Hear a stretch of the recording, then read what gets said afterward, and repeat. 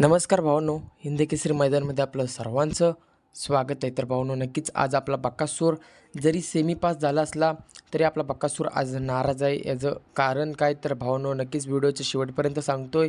परंतु जर तुम्ही आपल्या चॅनलला नवीन असाल तर चॅनलला सबस्क्राईब करून या व्हिडिओला लाईक करायला विसरू नका. तर भावांनो, आज बकासूरचं वेताळ केसरी मैदान आणि या मैदानामध्ये आपला सर्वांचा लाडका बकासूर नवीन चेहरा घेऊन फायनलसाठी पात्र झाला. तरी पण भावांनो, आपला बकासूर आज नाराज असणार आहे. कारण भावांनो असं आहे की बकासूरचे दोघे भाऊ म्हणजेच मथुर आणि चिके यांची सेमीला हार झाली. यामुळे आपला बकासूर नाराज आहे.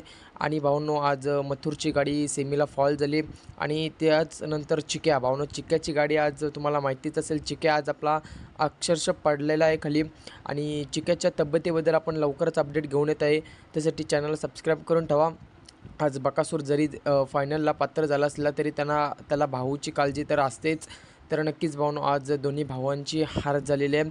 तर असो भावांनो, आज जरी भावांची हार झाली असली तरी आज आपला बकासूर गुलालामध्ये राहिला आहे. म्हणजेच काय, दोघे भावांची हार भरून काढणार आपला बकासूर. आज नक्कीच किती नंबर करेल ते कमेंटच्या माध्यमातून कळवायला विसरू नका. भावांनो, नक्कीच आज बकासूर फायनलसाठी पात्र झाला आहे. बकासूरला फायनलसाठी शुभेच्छा आणि मथुरला असेल किंवा चिक्याला असेल पुढच्या मैदानासाठी शुभेच्छा. धन्यवाद भावांनो.